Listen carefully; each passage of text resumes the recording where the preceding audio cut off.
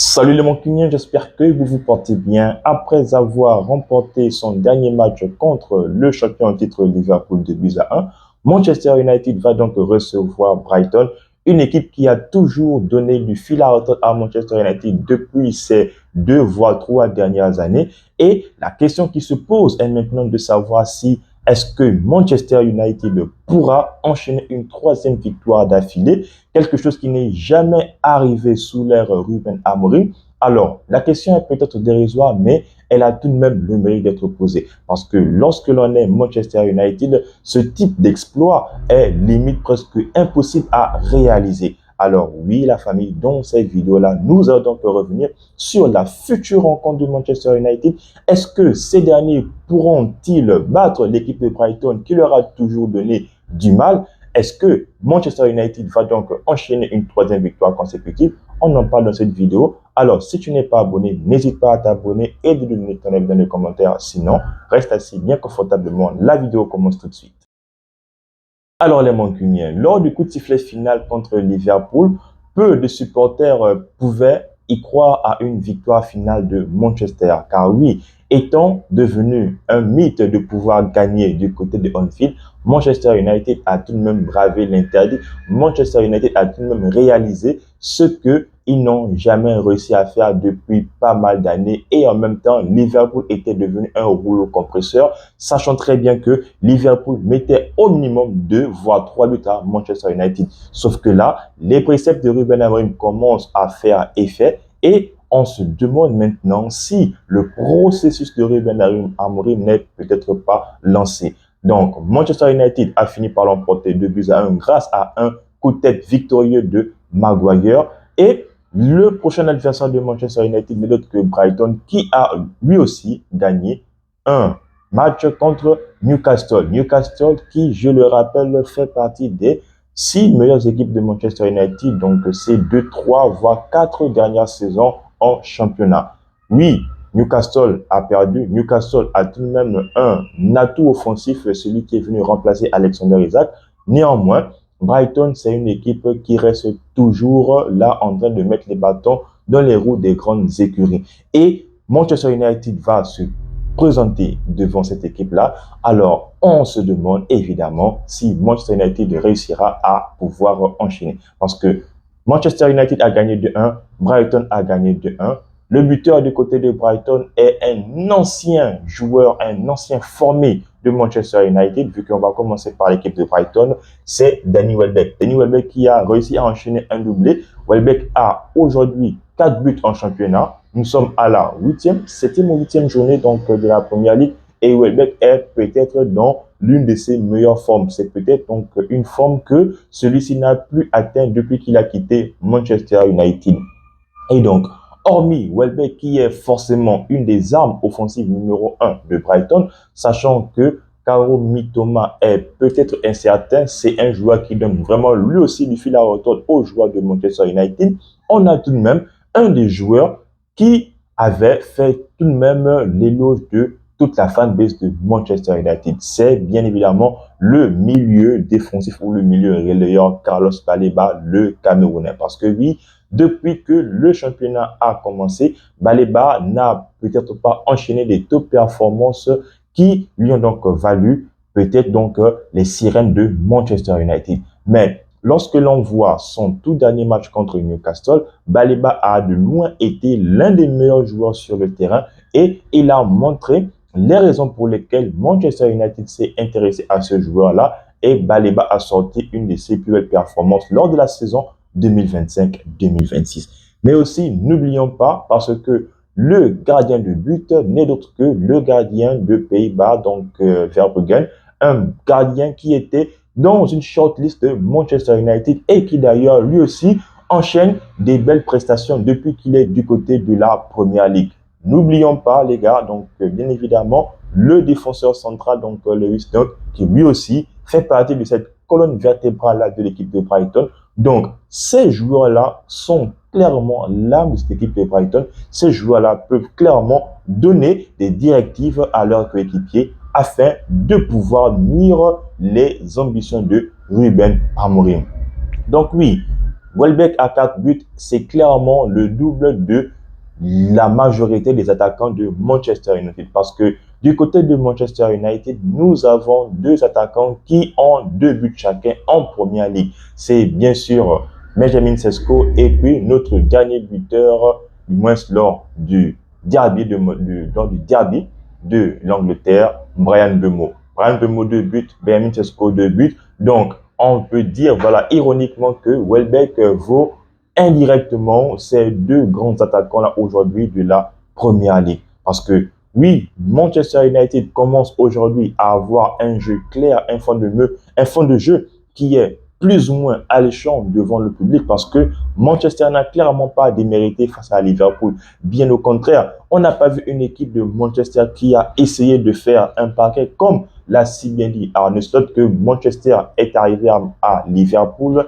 et a mis carrément le bus alors que nous avons très bien vu la rencontre. On n'a pas vu un Manchester United qui s'est recoquillé sur sa défense. Bien au contraire, Manchester a tout de même exploité toutes les failles que Liverpool avait laissées en air. C'est la raison pour laquelle Manchester a réussi à s'imposer de 2-1 et que Liverpool a perdu. Donc oui, comme je l'ai dit, les préceptes de Ruben Amorim commencent à se mettre en place. Du côté de la défense de Manchester, nous avons le Rock de Manchester qui, depuis le début de la saison, je ne cesse de le répéter, Matthijs de Ligt est clairement l'âme défensive là, de cette équipe. En milieu de terrain, oui, ça va toujours être contesté, il sera toujours contesté. Casemiro, même si celui-ci enchaîne encore et toujours des cartons jaunes, j'espère vraiment que Casemiro ne pourra pas prendre un énième carton jaune face à Brighton lors de la prochaine journée. Et puis, l'attaque, donc les trois de l'avant, c'est que sûr et certain, que ce soit Cunha qui commence ou même Sesko qui commence en pointe, ce qui est sûr et certain, c'est que le jeu mis en place par Ruben Amorim va porter ses fruits et a déjà commencé à porter ses fruits. C'est un processus, le processus met forcément du temps, mais lorsque l'huile a déjà bien chauffé, lorsque tout va donc pour le mieux, ce qui est sûr, c'est qu'on va forcément assister à une très belle rencontre. Donc, du côté des joueurs, on le sait tous, l'un des maîtres à jouer du côté de Manchester United va et sera toujours Bruno Fernandes. Mais avec ce que nous avons vu lors du match précédent contre Liverpool, nous avons vu un grand Matheus Cunha, que ce soit techniquement, que ce soit physiquement ou même encore tactiquement, nous avons vu un très très bon joueur de Manchester United. Oui, ce dernier n'a clairement pas encore débloqué son compte passe ou même son compte but. Néanmoins, il reste tout de même un des maillons forts de cette équipe-là parce que son abattage, son intelligence donc sur le terrain a fait et fera la différence contre ce type d'équipe, sachant très bien que Brighton est une équipe qui aime jouer vers l'avant. C'est une équipe qui est très très compacte défensivement comme offensivement. Donc, les joueurs de Manchester United doivent être prêts, mais aussi Manchester United doit essayer d'enchaîner une énième victoire, donc une troisième victoire consécutive. On ne cessera donc jamais de le répéter, mais il le faut, c'est le moment où la confiance de Manchester United est peut-être au mieux. Alors, pourquoi pas essayer de faire l'impossible et en même temps voir Manchester United se positionner dans l'une des meilleures places du championnat. Je le rappelle, Manchester United est 9e de la Première Ligue. United va affronter Brighton qui est 10e. Donc, Manchester sera devant son adversaire du jour, mais aussi Manchester United va, selon moi, tout faire pour remporter cette rencontre-là. Vu que United sera à peut-être une troisième, voire une quatrième victoire consécutive à domicile. Ce n'est quand même pas rien parce que Manchester United ne fait qu'enchaîner donc des taux de performance. C'était Chelsea, ensuite c'était Sunderland et pourquoi pas Brighton. Oui, ce sera difficile, mais ce ne sera pas impossible. Ruben Amorim a peut-être donc la confiance qu'il faut. Les joueurs ont regagné donc leur confiance. Ils sont dans une phase très très favorable pour les joueurs de Manchester United. Donc, oui, on espère bien évidemment, j'espère personnellement que Manchester United va remporter cette victoire-là, cette rencontre-là du moins.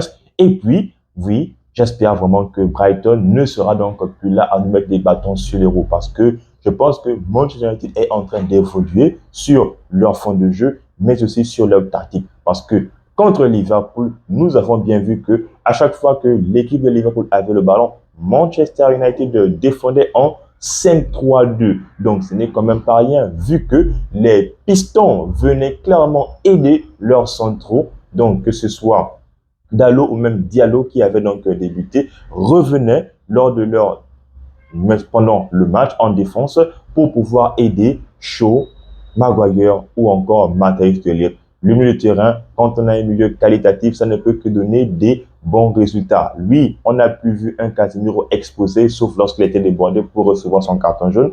Mais le fait qu'il soit aidé lors des transitions de la part de l'équipe adverse fait en sorte que ce dernier ne soit plus trop exposé comme les matchs d'avant, lors des matchs de la saison dernière. On voit un Casemiro plus ou moins concentré et c'est la raison pour laquelle Manchester United réussit ou bien parvient à gagner cette rencontre-là. Alors oui, ce serait peut-être un match difficile à domicile. Néanmoins, je vois bien évidemment et bien sûr Manchester United remporter ce match-là. Et oui, je vois une victoire.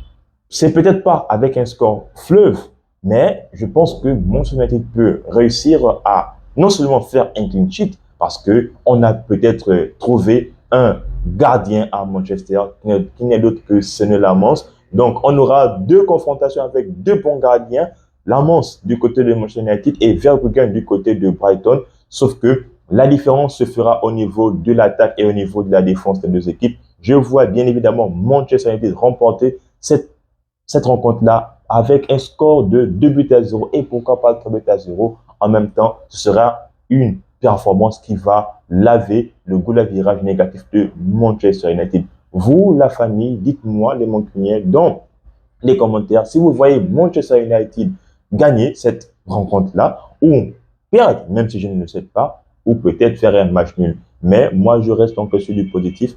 Manchester United va gagner cette rencontre-là à domicile parce qu'à domicile, United commence à se faire un nom. Le nom de Manchester commence à être redessiné de nouveau et de plus belle. Donc, la famille, les Mancuniens, si vous avez aimé la vidéo, n'hésitez pas à me le dire dans les commentaires. Moi, je me ferai une joie de vous lire. En attendant, on se retrouve sur une prochaine vidéo. Sinon, on s'abonne, on reste en santé, mais aussi et surtout, tous Mancuniens.